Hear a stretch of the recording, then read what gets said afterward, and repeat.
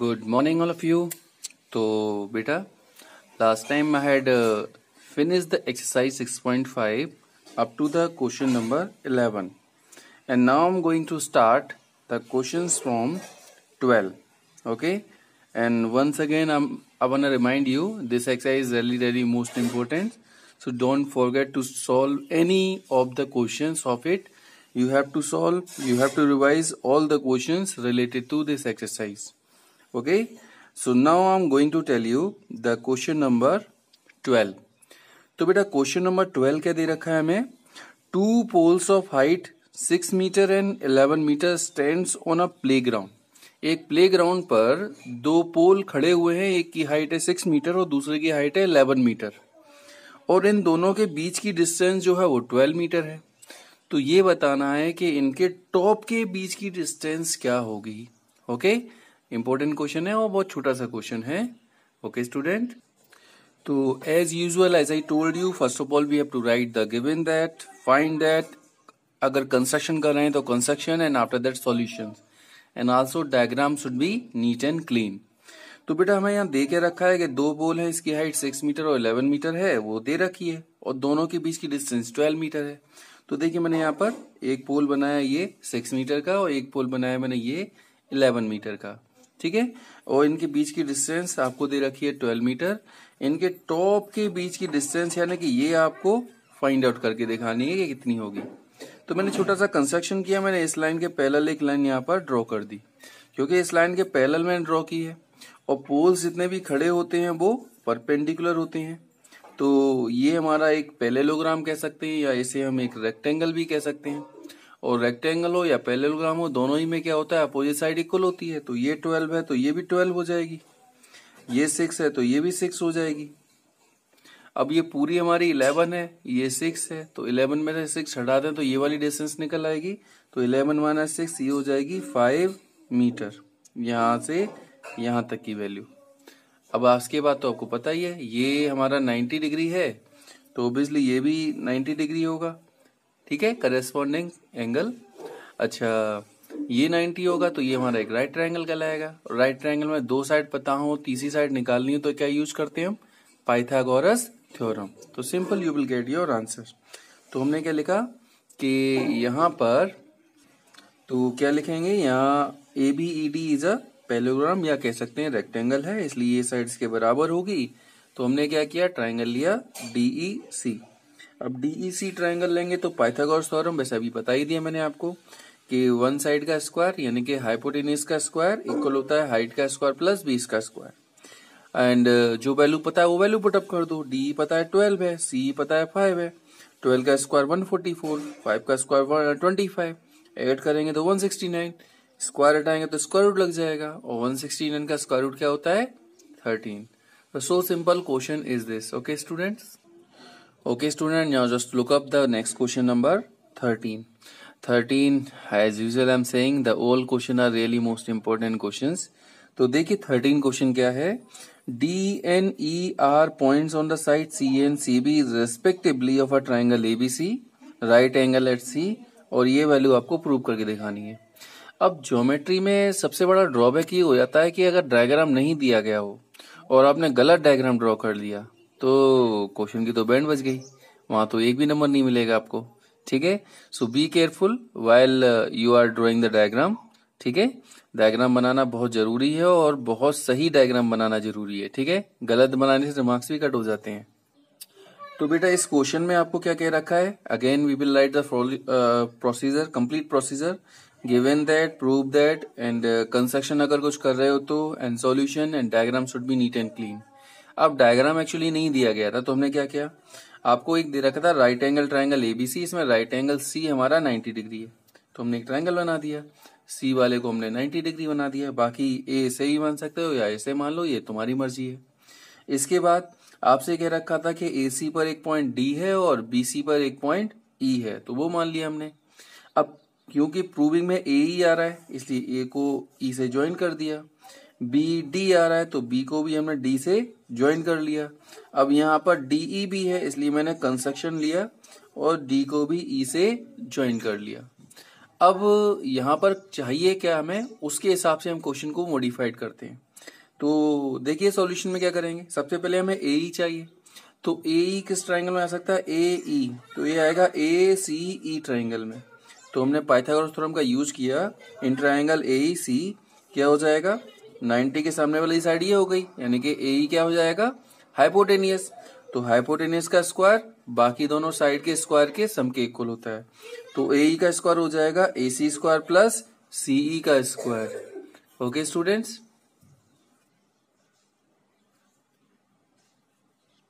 Okay now अब हमने क्या किया यहाँ पर, ठीक है students, now let this is the equation number 1। Similar अब हमें और क्या चाहिए, हमें यहाँ बी डी चाहिए, तो हमने बी डी वाला ट्राइंगल लिया बी सी डी, या यहाँ पर हमने ट्राइंगल लिया डी सी बी या बी सी डी, एक ही बात है। तो बी डी का स्क्वायर किसके इक्वल हो जाएगा, सी डी का स्क्वायर प्लस बी सी का स्क्वायर, तो ये वैल्यू हमारी हो जाएगी इक्वेशन नंबर 2 मान लिया। और क्या चाहिए हमें यहाँ पर, हमें यहाँ पर ए बी चाहिए, तो ए बी ये रहा, तो अब ट्राइंगल लेंगे ए सी डी, तो ए बी का स्क्वायर इक्वल हो जाएगा ए सी का स्क्वायर प्लस बी सी का स्क्वायर। देखिए ट्राइंगल लिया ए सी बी और इसको लिख दिया, मान लीजिए क्वेश्चन नंबर 3 है। और क्या चाहिए हमें यहाँ पर, बस हमें जो पूछा गया उसके हिसाब से हम क्वेश्चन को सेट करते हैं। तो डीई, तो डीई कहाँ है, ये रहा, तो ट्राइंगल ये लिया डी सी ई, तो इसमें क्या हो जाएगा डी का square equal to C D का स्क्वायर प्लस सी का स्क्वायर, तो वो हम लिख देंगे। तो देखिए हमने यहाँ क्या लिखा, it is triangle D C E, तो डी का square equal to this value and this is called equation number 4। अब हमको क्वेश्चन नहीं तो हमने इक्वेशन सारी की सारी बना ली, अब हमें जरूरत किसकी है, तो जरूरत किसकी है, इसके लिए हमने देखा गिवन प्रूव दैट में हमें यहाँ चाहिए ए ई का स्क्वायर प्लस बी डी का स्क्वायर। तो देखिए how can you get A E square plus B D square, तो ए ई स्क्वायर कहाँ आ रहा था हमारा, यहाँ पर ये आ रहा था A E square, okay, and next value B D square कहाँ आ रहा है, ये आ रहा है। तो हमने क्या किया, दोनों को ऐड कर दिया। तो जैसे हम दोनों को ऐड करेंगे तो लिखा हमने बाई एडिंग इक्वेशन 1 एंड 2। तो देखिए एलएचएस में एलएचएस ऐड हो गया, आरएचएस में आरएचएस ऐड हो गया। अच्छा हमें A C square plus B C square को एक साथ ब्रैकेट में लिख दिया और सी स्क्वायर और सी डी स्क्वायर एक साथ लिख दिया। इसकी वैल्यू भी निकाल चुके हैं अभी हम, देखो A C square plus B C square किसके बराबर है, तो इसकी जगह लिख सकते हैं हम ए बी स्क्वायर, और C square plus C D square किसके बराबर है, तो इसकी जगह हम लिख सकते हैं डीई स्क्वायर। बस यही आपको प्रूव करना था कि A square plus B D square is equal to A B square plus D square. It is most important question, again I am saying you, ठीक है, तो ध्यान से करना बेटा वाला क्वेश्चन आपको। Okay now move on to the next question number 14। तो 14 क्वेश्चन क्या दे रखा है हमें, the perpendicular from A on side B C of a triangle A B C, सामने डायग्राम दे रखा है आपको। तो ए से एक परपेंडिकुलर लाइन ड्रॉ की गई बी सी के ऊपर ए डी, ठीक है, और ये डी पॉइंट ऐसा आता है कि बी डी जो है ना, बी डी बी से लेकर डी तक की जो डिस्टेंस है वो 3 सी डी के बराबर है, इसके 3 गुने के बराबर है। तो आपको ये वाली वैल्यू क्या करनी है, प्रूव करके दिखानी है। तो डायग्राम तो दे ही रखा है, तो आई थिंक मिस्टेक की संभावना तो बनती नहीं है यहाँ पर। तो कैसे सॉल्व करेंगे इसे हम, just look up here. Now in this questions what we have to do, first of all we have to follow the procedure. तो प्रोसीजर क्या है, वही given that, prove that, solution and diagram, ठीक है। तो गिवन दैट में क्या कह रखा है कि एडी लाइन इसके ऊपर क्या है, परपेंडिकुलर है, तो हमने परपेंडिकुलर लाइन ड्रॉ कर दिया, लिख दिया यहाँ पर। और क्या दे रखा था, बी डी जो है 3 सी डी के इक्वल है, तो ये भी लिख दिया B D is equal to 3 C D, और प्रूव क्या करना है उसको भी लिख दिया हमने।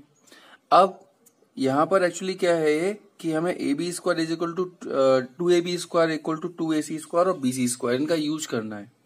कैसे यूज करेंगे इसका वो बताते हैं। तो आपको दे रखा है इन ट्रायंगल एबीसी कि B D is equal to 3cd है। मान लो इसको मैंने थोड़ा सा मॉडिफाइड किया, मैंने दोनों तरफ cd को ऐड कर दिया by adding cd in both side. तो यहाँ भी ऐड करा, यहाँ भी ऐड किया, इससे क्या होगा, B D plus C D क्या हो जाएगा, बीसी हो जाएगा ना, तो ये बीसी हो गया। और यहाँ 3cd प्लस सी डी, ये 4cd हो जाएगा। तो हम cd को अगर लिखना चाहें ना टर्म ऑफ bc, तो 4 को उधर ले जाओ, तो cd इज इक्वल टू क्या हो जाएगा, bc अपॉन 4 हो जाएगा। cd की ये वैल्यू अगर हम यहाँ cd की जगह रख दें, ठीक है, तो bd इक्वल टू क्या हो जाएगा 3, और cd की जगह लग दिया हमने ये, तो 3/4 bc। ये मैंने क्यों किया, उसका यूज अभी आपको बताते हैं क्यों मैंने ऐसा किया। अब यहाँ पर अब देखिए हमारे पास दो राइट ट्रायंगल बन रहे हैं, एक बन रहा है ए डी बी और एक बन रहा है ए डी सी। तो चलो इनका यूज करते हैं। पहले लिया ए डी बी, तो क्या हो जाएगा, ए बी का square equal to this side square plus this side square. तो वही हम लिखेंगे in triangle A D B, A B का square equal to A D square plus B D square by Pythagoras theorem. एक और triangle बन रहा है ए डी सी, तो इसका यूज किया, it is A C square is equal to A D square plus C D square.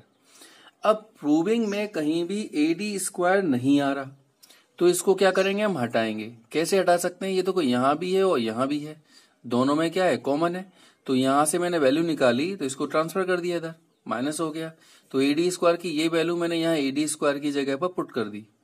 तो जैसे ही हम पुट अप करेंगे we will get this equation. देखो ये हमारा लिखा है ए बी स्क्वायर और ए डी स्क्वायर की जगह वैल्यू रख दी हमने ये वाली A C square minus C D square, और ये बी डी स्क्वायर ऐसे की ऐसे लिखा हुआ है।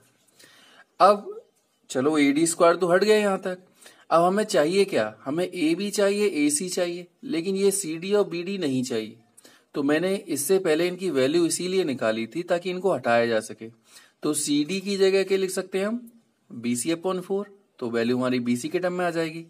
बी डी की जगह क्या लिख सकते हैं हम, 3/4 बी सी, तो हमारा सी डी और बी डी पूरी तरह से हट जाएगा।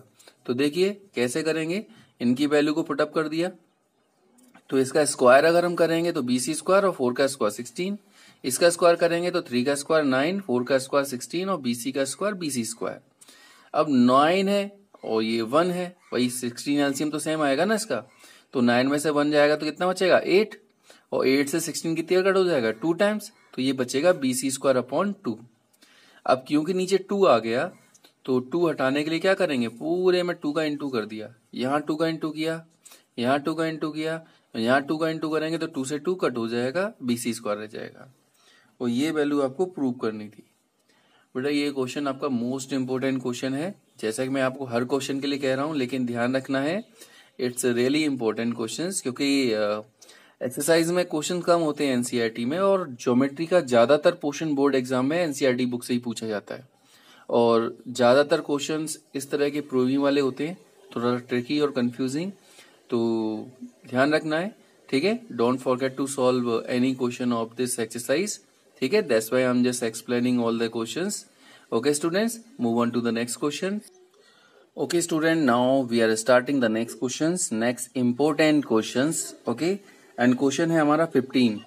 तो 15 क्वेश्चन क्या दे रखा है हमें, in an equilateral triangle ABC D is a point on side BC such that BD is equal to 1/3 of BC, prove that 9ab square is equal to 7ab square.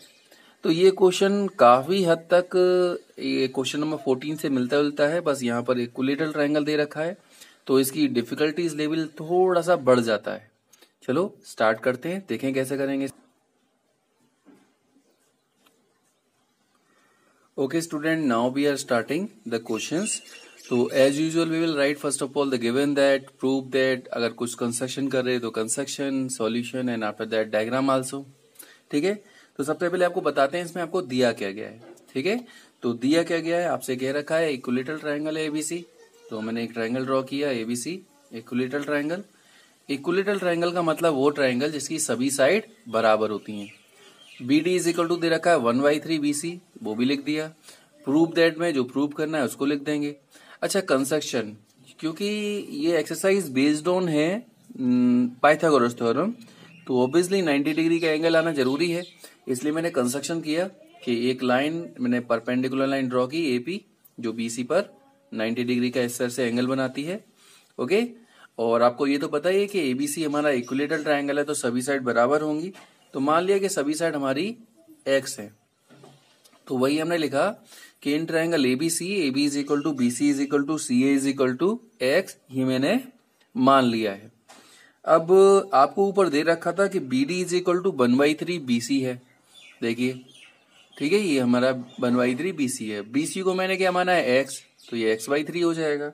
इसका मतलब बीडी की value क्या हो जाएगी, x/3, okay. अच्छा एक rule आपने 9th class में पढ़ा था कि किसी भी इक्विलेटरल ट्रायंगल में जो एल्टीट्यूड होती है या जो परपेंडिकुलर लाइन होती है किसी भी वर्टेक्स से, वो बेस को क्या करती है, आधा आधा कर देती है। तो ये लाइन क्या करेगी, इसे आधा आधा करेगी। तो अगर मैं बी पी की वैल्यू निकालना चाहूं तो इस पूरा का क्या हो जाएगा, आधा। तो वही मैंने लिखा कि B P is equal to x upon 2।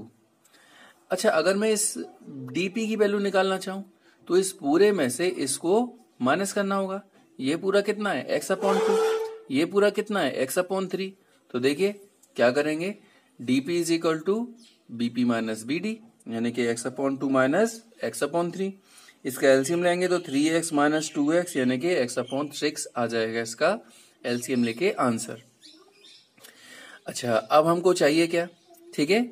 अब क्योंकि हमें जब प्रूविंग वाली वैल्यू है उससे भी आप कंफर्म कर सकते हो कि हमें क्या चाहिए। AD का स्क्वायर आ रहा है और AB का स्क्वायर आ रहा है। स्क्वायर कब आएगा, जब हम यहाँ पर पाइथागोरस थ्योरम का यूज करेंगे। तो पहले मैंने ट्रायंगल इन ट्रायंगल APD में हम लगाया पाइथागोरस थ्योरम। ये 90 है तो ये भी 90 होगा, ठीक है। तो ये क्या कहलाएगा, हाइपोटेनियस। तो AD का square equal to AP square plus DP square, ये हो जाएगा।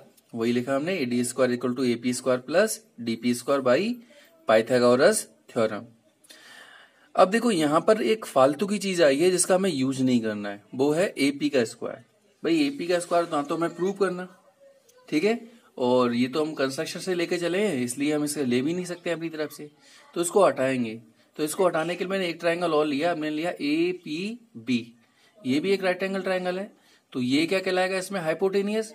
तो इसका स्क्वायर बाकी दोनों साइड के स्क्वायर के सम के इक्वल हो जाएगा, ओके। तो इसमें हो जाएगा APB में AB square is equal to AP square plus BP square, जैसा कि पिछले क्वेश्चन में हुआ था। अब AP स्क्वायर को हटाना है तो मैंने इसको उधर ट्रांसफर कर दिया ताकि मुझे AP स्क्वायर की वैल्यू पता लग जाए। ये रही AP स्क्वायर की ये वैल्यू, क्या करेंगे यहाँ पर AP स्क्वायर की जगह पर रख देंगे। तो लिख देते हैं put in equation first, put in equation 1, ठीक है। इसकी वैल्यू को हम इक्वेशन नंबर 1 में पुटअप करेंगे। तो देखिए हमने क्या किया, वैल्यू को पुटअप कर दिया। तो क्या हो जाएगा, AD स्क्वायर इक्वल टू ये वैल्यू हो जाएगी। अब इसमें हमें क्या क्या चीज पता है, AD स्क्वायर की वैल्यू नहीं पता तो ऐसे ही रहने दो। AB मैंने क्या माना है, x, तो ये x स्क्वायर हो जाएगा। BP हमारा कितना था, x अपॉन 2, इसका स्क्वायर हो गया। DP कितना था, x अपॉन 6, इसका स्क्वायर हो गया। स्क्वायर करेंगे तो x स्क्वायर अपॉन 4 और ये x स्क्वायर अपॉन 36 हो जाएगा। इसके नीचे हमने 1 माना, इसका एलसीएम लेंगे तो कितना आएगा, 36। 1 का दिया 36 में, 36 का ऊपर करेंगे तो 36x स्क्वायर, 4 से ही कट हो जाएगा 9 टाइम, 9 का ऊपर करेंगे तो 9x स्क्वायर, 36 का देंगे 1 टाइम, 1 का ऊपर करेंगे तो वही रहा। तो देखिए 36 माइनस 9 27 और 27 और 1 28x स्क्वायर। ये दोनों किसी से कट रहे हैं क्या कट रहे हैं, 4 से कट हो गया, 4 7 जा एंड 4 9 जा। तो यहाँ कितना बचा हमारा, 7x square upon 9। Cross into कर दीजिए। जैसे इसका क्रॉस इंटू करेंगे तो क्या आ जाएगा, 9AD square equal to 7x square. अब x स्क्वायर क्या है, x तो हमारा साइड है, तो AB मान सकते हैं, BC मान सकते हैं, CA मान सकते हैं। क्योंकि प्रूविंग में AB कहा गया है तो AB मान लीजिए। बस यही वैल्यू आपको प्रूव करके दिखानी थी, okay student. Now move on to the next question. अगला क्वेश्चन दे रखा है, in an equilateral triangle prove that 3 times the square of one side is equal to the 4 times the square of one of its altitude. तो देखिए कैसे करेंगे इसे हम, आसान क्वेश्चन है ये भी। So first of all we will go through the procedure, given that, prove that and solutions and diagram also. अब क्योंकि कह रखा है ABC एक इक्विलेटरल ट्रायंगल है और डायग्राम बुक में नहीं दिया गया है, तो क्या करेंगे, ABC का हम इक्विलेटरल ट्रायंगल ड्रॉ कर लेंगे। और यहाँ कहा गया एक एल्टीट्यूड भी है, तो मैंने एक एल्टीट्यूड यानी कि AD ड्रॉ किया इस पर परपेंडिकुलर। अब क्या करेंगे यहाँ पर हम, वो देख सकते हैं। अब सिंपल सी बात है कि क्योंकि ये हमारा इक्विलेटरल ट्रायंगल है, इसके लिए सभी साइड क्या हो जाएंगे, बराबर। तो मान लीजिए सभी साइड बराबर है x के। और मैंने अभी पहले क्वेश्चन में बताया था कि परपेंडिकुलर क्या करता है, नीचे वाली साइड को आधा आधा कर देता है। तो BD क्या हो जाएगा, हाफ ऑफ BC, यानी कि BD हो जाएगा x अपॉन 2। तो कोई भी ट्रायंगल ले लीजिए आप, यहाँ पर आप ADB ले सकते हैं या ADC ले सकते हैं। तो मैंने लिया ADB। तो ADB में दिस इज ऑल्सो 90 डिग्री। तो हाइपोटेनियस का स्क्वायर बाकी दोनों साइड के स्क्वायर के सम के इक्वल होता है, तो वही लिखेंगे यहाँ पर हम, ओके। तो AB हमने क्या माना है, x, तो x स्क्वायर हो गया। AD हमको पता नहीं है। BD हमने अभी क्या लिया है, x अपॉन 2। तो इसका स्क्वायर करेंगे तो क्या हो जाएगा, x स्क्वायर अपॉन 4। अब क्योंकि यह नीचे 4 आ रहा है तो इसमें मैंने 4 का पूरे में इंटू कर दिया। 4 का इसमें करेंगे 4x स्क्वायर, 4 का इसमें करेंगे 4ad स्क्वायर, 4 का यहाँ करेंगे तो 4 से 4 कट, इस x स्क्वायर को उधर लेके आएंगे तो माइनस हो जाएगा, तो 4 में से बन जाएगा तो 3x स्क्वायर। बस यही प्रूव करना था। x के आप a b b c c a कुछ भी लगा सकते हैं, तो हमें यहाँ पर a b के लिए कह रखा है तो हमने a भी मान लिया, तो यही आपको प्रूव करना था। It is short and simple questions like a question number 15। Okay students, now we are moving to the next question. तो next question is just MCQ only, ठीक है, से मल्टीपल चॉइस क्वेश्चन है, आपको टिक करके बताना है कि कौन सा ऑप्शन इसमें राइट होगा। तो कह रखा है in triangle ABC, AB, BAC और BC, यानी तीनों साइड बता रखी हैं आपको, आपसे पूछा गया एंगल B कितना होगा। तो चलो देखते हैं क्या क्या चीज दे रखी है और कैसे से सॉल्व करेंगे। सबसे पहले ये कंफर्म करते हैं एंगल निकालने से पहले कि ये राइट ट्रायंगल है या नहीं है। अब राइट ट्रायंगल ये तब हो सकता है जब सबसे बड़ी साइड का स्क्वायर बाकी दोनों साइड के स्क्वायर के सम के इक्वल हो, ठीक है। तो सबसे बड़ी साइड यहाँ पर कौन सी दिख रही है आपको, 12 का स्क्वायर कितना होता है 144, ठीक है। बाकी दोनों साइड क्या हो गई 6√3 और 6 हो गई। 6√3 का स्क्वायर करेंगे तो कितना आएगा हमारे पास। तो भाई सबसे पहले हम ये कंफर्म करते हैं कि ये पाइथागोरस है कि नहीं, उसके बाद हम इसके एंगल का डिसाइड करेंगे। तो ए बी हमें दे रखा था 6√3, तो इसका स्क्वायर किया हमने 108 आ जाएगा। AC हमें दे रखा है, AC हमको दे रखा है 12 का स्क्वायर 144 हो जाएगा, और BC हमें दे रखा है 6, तो 6 का स्क्वायर 36 हो जाएगा। अगर हम इन दोनों को ऐड कर दें तो AC का स्क्वायर बराबर, ये देखो ऐड करने पर 144 आ जाएगा, यानी AC का स्क्वायर बराबर आ रहा है AB स्क्वायर प्लस BC का स्क्वायर। यानी कि हम जो ट्राइंगल बनाएंगे उसमें यहाँ जो साइड आएगी वो कौन सी आएगी, AC आएगी, और बची हुई साइड क्या हो जाएगी B, और B क्या होगा हमारा 90 डिग्री एंगल। और यही आपसे इस क्वेश्चन में पूछा गया है, यही आपसे इस क्वेश्चन पूछा गया है कि B एंगल क्या है, तो B एंगल हमारा क्या हो जाएगा 90 डिग्री हो जाएगा। तो option C will be right. Okay students, goodbye all of you.